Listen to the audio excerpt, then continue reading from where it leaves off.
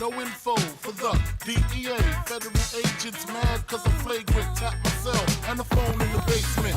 My team supreme, stay clean. Triple beam, lyrical dream. I be that. Catch a seat at all events bent.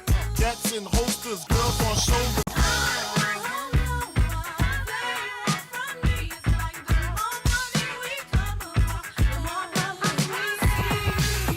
Good evening, my dear viewers, and welcome to the Alliteration gaming video. My name's Levi, and today we're doing another Star Wars Unlimited deck profile straight from the van life, baby. This time we're going to talk about Mr. N.U.T.E Gunray, the vindictive viceroy. As we're entering the last week here of Twilight of the Republic, set 4 is right around the corner, and it looks really awesome. But I've got a few more set 3 decks that are still really near and dear to my heart that I've just been having so much casual fun with, and I really want to show them off because they've just got some super fun stuff to do. And if you're looking for something chill to just sleeve up and have some nice fun games, this deck is a blast. Something that I like to do with every set is kind of just like really dive deep into the new mechanics of the set. And so you saw the very coordinate focused deck with the double green Rex. Well, on the other side of things, we have a very exploit focused deck. And while I know a lot of people were hyped about guys like Count Dooku or maybe even Wat Tambor, I was really drawn to N.U.T.E Gunray because I think making a free 1/1 token is just very cool, and the way it combos with some of these like really huge exploit cards to just give us mega value, it makes for a lot of really cool combos and a lot of cool plays, and it's just a super fun deck. I also recently made a trade for this very adorable little showcase, so I thought it was finally time to showcase this deck. With that being said, guys, let's just get right into this N.U.T E Gunray deck and see how much absolute value it can give us. So taking a look at our rather unassuming leader here, N.U.T E Gunray. This guy is a blue villainy leader with an action on his leader side that you can exhaust him, and if 2 or more friendly units got defeated this phase, you get to create a battle droid token. If you're not familiar, that's just a little 1/1 separatist droid trooper stinker here. And then he deploys on 6 resources as a pretty unimpressive 2/8, but he does create a free battle droid on attack. Now I say free on this side, but realistically the way this deck is built, it's free on this side too, because we're going to be almost always fulfilling this condition as long as our deck is performing properly. Now obviously this is going to be a pretty heavy exploit focused deck. Now that is a strategy that hasn't really panned out, at least in like the competitive sphere of the game, and that's kind of just because a lot of the exploit units take this Droideka security, for example.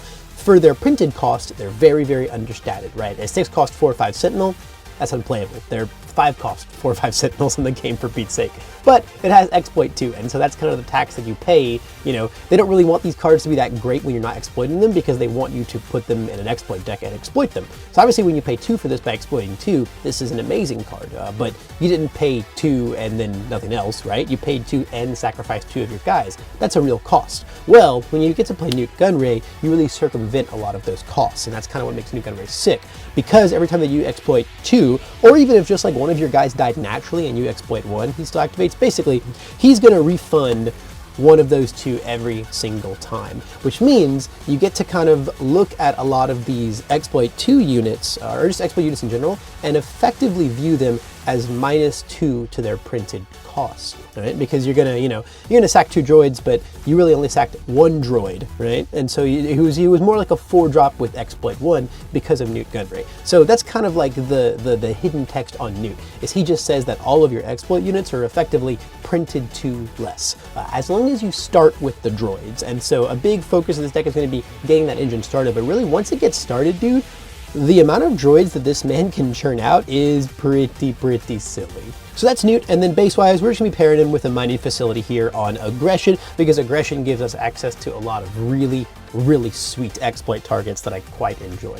With all that out the way though, let's shove N.U.T E aside and get into our deck so we can see what really wicked things that we're going to be exploiting out here. Alright, so we're going to kick off this deck profile like always with our 2 drops, and our first one is going to be 3 copies of the Wartime Trade Official. This guy's just nice. He's a 2 cost 1/3, and when he dies you get to make a battle droid token. So he's like 2 bodies in 1. You kind of get like 4 resources out of him when all is said and done, when your exploits are comboing, and he's just a super fine thing to open with. And he combos really well with some of the turn 2 plays and basically every turn 3 play. It's really nice when you get to like exploit him in something else, and then he refunds a droid, Newt refunds a droid, and then you feel really good about the 6 cost 2-drop that you just got to play. It's quite nice.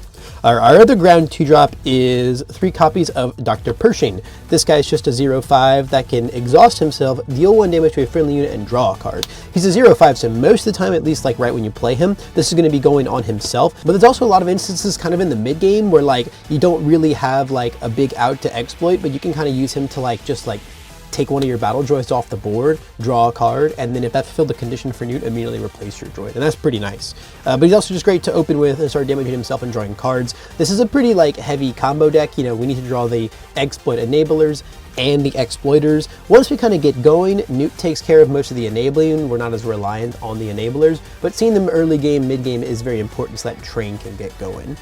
Moving into ground unit 3-drops, we've got 3 copies of Calculating Magna Guard. This guy's a 3-cost 3/4 Sentinel, and when you play him and when something on your side of the field dies, he gains Sentinel. This is obviously very good. You throw him down on the 3 resource turns of 3/4 Sentinel. Sometimes they don't quite know what to do about that, and it's very handy. He's just a good Sentinel in general, and then, you know, basically for the rest of the game onwards, he's going to gain Sentinel, maybe not right away, but at some point he will, and that's just good. We really just need him to kind of help us survive in the mid game. Next up is 3 copies of Battle Droid Escort. We're back to the enablers here.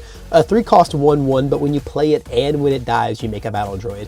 Same principle as the Wartime Trade Official, being able to play a 2-drop and then on the turn 2, throw this down and now have 3 bodies. You can make a big exploit play next turn, and if you exploit 2 of those guys, right, Wartime Official and Escort, they both replace themselves as a droid, then Newt makes a 3rd droid, and you sacked 3 guys, played a huge thing, and then refunded all 3 of them. It's really, really good. The Escort's kind of what you want to see on turn 2 every time, unless you're making a play with Asajj Ventress. Ventress is really sweet in this deck.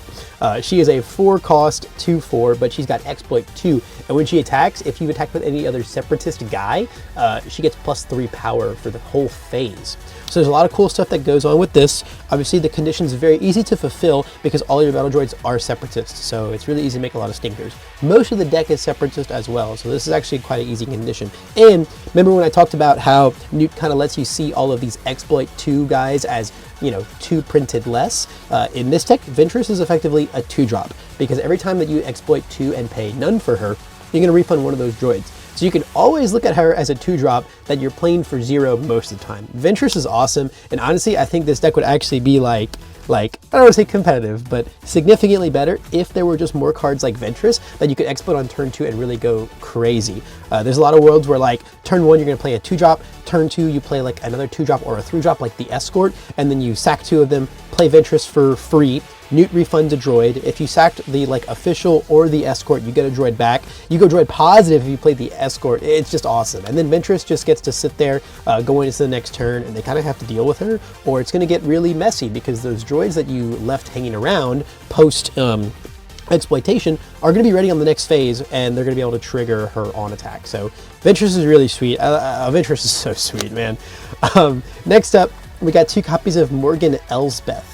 This is probably like the most flexible card in the deck, but I quite like her. She's a 4-cost 3/6, so she's quite tough to get rid of early on. She's got Restore 1, and when she attacks, you can defeat one of your own guys to draw a card. Obviously, turning any battle droid into draw a card is really, really good.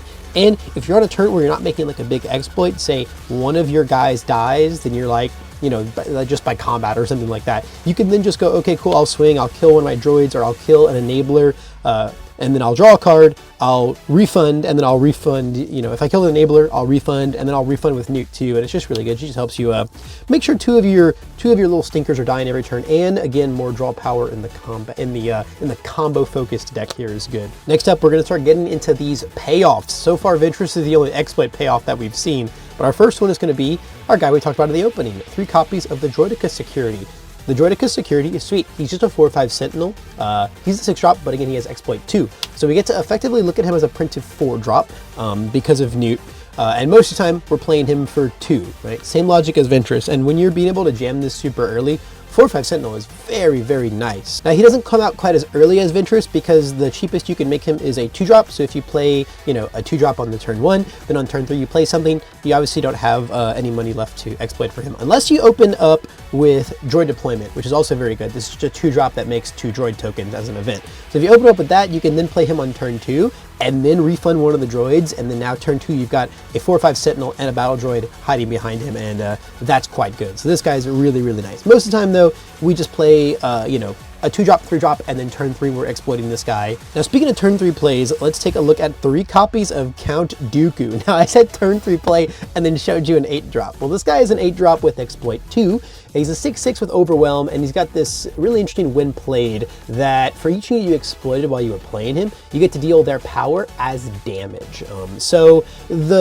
Honestly, the way to look at this guy is don't worry about that when played too much, because in this deck, we just want to exploit 2 every single day of the week. It doesn't really matter what kind of when played damage we're getting out of him when we are essentially paying 4 for a 6/6 with Overwhelm, refund one of the droids right away. Even if we exploit 2 battle droids and do 1 damage, that's totally fine. That's super fine. And then late game, when you have like real things on the board, you can get some crazy, crazy big damage out of Count Dooku. It's really, really nice. A curious interaction that he has with Ventress as well is when Ventress attacks, her ability gives her that +3 power for the whole phase. So if you attack with Ventress and then exploit her to play Dooku, you're actually going to get the 5 power out of her as damage, which is really, really nice. But Dooku's just awesome. Again, you get to look at him as a 6-drop in this deck that you're playing for 4 most of the time. And dropping this guy on the 4 resource turn is pretty big. And then our final ground unit is 2 copies of Supreme Leader Snoke. This guy is just a giant 8-drop 6/6 that says all your opponent's non-leaders get -2/-2. This guy's just great. We kind of need some, like, you know, as much fun as we have exploiting, you know, turns 1 through 6. Once we hit turn 7 onwards, we need to start doing some pretty crazy, like, blue villainy stuff to really, like, end the game and really, like, lock the opponent out. Snoke is kind of the best thing that we can do there. He also just takes care of a lot of problematic stuff. You know, he kind of locks out a lot of those like weenie rush aggro decks from playing. He takes care of lurking TIE Phantoms and stuff, you know. They just kind of can't like surprise you when Snoke is on the board, and that's nice. He's also just tough to deal with. He's really tough to deal with. He's just a big threat. And he just comes down against a lot of those mid-range aggro, those like aggro slanted mid-range decks. He comes down on those and just kind of says like the game is wrapped up. Snoke's just kind of this. You need some sort of inevitability to reach, especially in a deck like this. Even though you're doing a lot of like unconventional blue villainy things, you still want some amount of those conventional blue villainy things as a win condition. Moving into our space units, we have 3 copies of Inferno 4. This guy's just a well-statted little 2-drop 2/3 ship, and when you play him and when he dies, you get to look at the top 2 and then stack them top or bottom any way you want. Inferno 4 is just great, man. He's great to open with. He's great to exploit because you're going to guarantee that when defeated. He's just really nice. If you're not going to open up with an exploit enabler, you're going to open up with something that gets you closer to your combos, which is either Pershing drawing cards or Inferno 4, you know, finding you what you need, or guaranteeing that it's coming up next anyway. Just a great card all around. Our next ship jumps pretty high up the curve. We have 3 copies of Ruthless Raider. This is by no means an aggro deck, but Raider is just an insane card.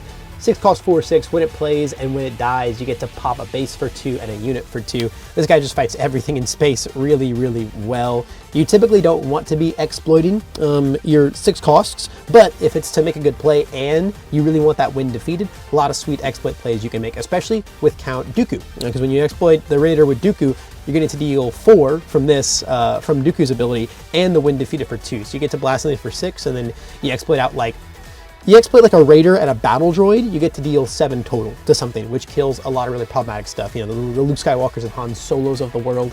Kills a lot of leaders too. Dooku doesn't say non-leaders. Quite sweet, quite sweet. We love Ruthless Raider. Next we get to probably, not even probably, this is the best card in the deck. This is absolutely the best card in the deck. 3 copies of Malevolence. Card is nuts, man. It's a 9 cost, but it's got exploit 4, so we can get it all the way down to 1 if we go the full exploit. And it's a 7/7 with Restore 2, and when you play it, you basically EMP something for the phase. It gets -4 power, and it can't attack. So it's pretty funny because it can't attack, but it still gets -4 power so that you can swing into it and not take much back if you just really want to kill something. The Malevolence is freaking awesome, dude. There's a lot of ways that you can get this out really early. Basically, as long as you have 3 units in play by turn 3 on 4 resources, you can exploit all 3 of those units and play this for 3. You're going to refund one of those units with N.U.T.E Gunray getting a new droid. You might have even killed an enabler and you get a lot of your droids back. And honestly, like, you play a turn 3 Malevolence against an aggro deck and they probably have just like no answer for it. Like the Django style and like the Cunning decks have like some exhaust and bounce answers, but dude, if you drop something like this on like a Sabine or a more like conventional aggro deck, there's just like actually not much they can do about it, and it'll kill them pretty quick. The Restore 2, it'll get that blank. Man, the Malevolence is insane. It's easily the best card in the deck. This is kind of like what we're working towards, being able to like just basically we've sacrificed a lot of good cards in our deck in order to play exploit enablers, which then we get to look at all of these exploit cards in new lights, and being able to just look at this and view it as a God's honest 1 or 3 drop quite consistently. It's worth the deck building concessions in gold. And then our other capital ship is we're just playing 1 Avenger. Again, just some more traditional blue villainy win con stuff. 9 cost 8/8 when it plays, and when it attacks, your opponent has to defeat a non-leader. You know, this card's just kind of insane, man. The Avenger's just great. You know, you do the board wipe and then you get to the Avenger, and that's just kind of a lockout to some of the decks. It's just a nice one that presents a little bit more inevitability into our deck when it comes to navigating the late game. Moving into upgrades, we're only playing 1, and it's 3 copies of Perilous Position. This card's just awesome. It's an upgrade that you want to play on your opponent's unit. It gives it -2/-2 and exhausts it. This card's awesome. It's like a make it opening that lasts forever. It instantly kills lurking TIE Phantoms. I mean, it instantly kills anything with 2 health, but especially it's one of the only ways to kill a lurking TIE Phantom outside of combat damage. And then it's really good on basically any leader ever that's threatening you. Perilous is just awesome, man. Just kind of one of those necessary blue survival cards. Moving into our events, we have 3 copies of Droid Deployment. This is pretty much the best turn 1 play every time. 2-cost event that just makes 2 droids is really sweet. This lets you pop off with a ton of things on turn 2. It lets you play an actual 3-drop on turn 2 and play Ventress for free by exploiting those 2 droids. You instantly get one of those droids back with N.U.T E, and then suddenly you have like a really scary turn 2 board. Alternatively, it lets you exploit something like a Droidicus Security on turn 2, which is also really good. Or it just sets you up really well for a Malevolence. Our next event is just, you know, some tried and true little Power of the Dark Side action. 3-cost event, your opponent's got to kill one of their units. It's just great. It doesn't say non-leader like Avenger, so they have to deploy very carefully into you. It's just very good. Again, as much as we want to do our exploit shenanigans, you also just sometimes need to fall back on these powerful blue villainy cards to get you there. Continuing the removal suite, I'm playing 3 copies of Fell the Dragon. This is just kind of one of those don't leave home without it things. Being able to defeat any non-leader with 5 or more power for 4 is really efficient. Again, it's like we're not a hard control deck, but just having swift, nice, clean answers to Luke Skywalkers, to Han Solos, to Snokes and Avengers, especially Snokes. Aside from Fell the Dragon, it can be pretty tough for us to deal with Snokes because we can't really set up like any good exploit thing because all of our droids just die on sight, which is quite bad for us. So Fell the Dragon is just a good one to just not get caught without. And then the coup de grace, it kept us waiting for so long. The final 3 cards of the deck are 3 copies of the Invasion of Christosis. This is a 15-cost event with exploit 4, and it says you pick an opponent and you board wipe them. So why is this in our deck, and why is Super Laser Blast not in our deck? So the thing about this card, and why it's like kind of actually sick nasty in this deck, is just like Malevolence. We get to kind of look at it as being exploit forward most of the time, if not exploit 3 a lot of the time. And so the reason this card is nice is because, well, you know, it's a one-sided board wipe for 7 as long as you kill 4 of your own guys. However, when you're killing 4 of your battle droids, refunding 1 and also leaving some of your own stuff behind, it starts to feel a lot more like a one-sided board wipe. Like, I kid you not, it is genuinely not that crazy uncommon to, on your flip turn, on 6 resources, you're probably going to make 2 droids. You're going to make an exploit play, you're going to exhaust N.U.T E to make a droid, you're going to flip N.U.T E, you're going to attack, you're going to make another droid. So you're probably going to have your 2 droids and N.U.T E. That's already 3. You have 1 other unit, and then next turn, you can go into 7 and then just board wipe them with the invasion. And that's like, honestly, it's pretty good sometimes, especially because you get to leave around everything else that you played on those first few turns of the game. If you have one more droid out, you can even leave N.U.T.E around, and then he just, he starts refunding things. It's also just not bad at all to exploit N.U.T E for something like this, especially going from that 6 to 7 turn. Really, he's pretty much as impactful on either side, because swinging for 2 is not a big deal, and you're probably going to make a free droid with him most, if not every turn anyway. Another thing that I also like to do sometimes, if I'm really churning out the droids and I can just like claim going into 7, I'll just pass on flipping N.U.T on the 6 resource turn, go into 7, straight up exploit 4, hopefully most of them are droids, board wipe my opponent, then I'll use N.U.T, make a droid, flip him on 7, swing, make another droid, and then kind of set myself up to go into those next turns. So you can also do stuff like that sometimes. Really just depends how many droids you've made in those first few turns of the game, how much you're seeing your enablers, and how much you're, actually activating N.U.T, things like that. And that, my dear viewers, is the deck. Now, this is kind of just a fun deck for locals. I don't really have a hardcore sideboard for it. If you were to make a sideboard, it would probably just be more flavors of removal, and then maybe some more of like the blue villainy top end. Maybe you need more Snokes and Avengers, maybe you need some other stuff, maybe you need Vigilances in the sideboard. I don't know. I haven't really played this casual N.U.T Gunray deck into a ton of like hard control matchups, but you probably want some stuff like that, and maybe some more early things for like the aggro decks. What I do, however, have is a few cards I want to talk about that feel like they maybe should be in the deck but aren't in the deck. And the first one is Roger Roger.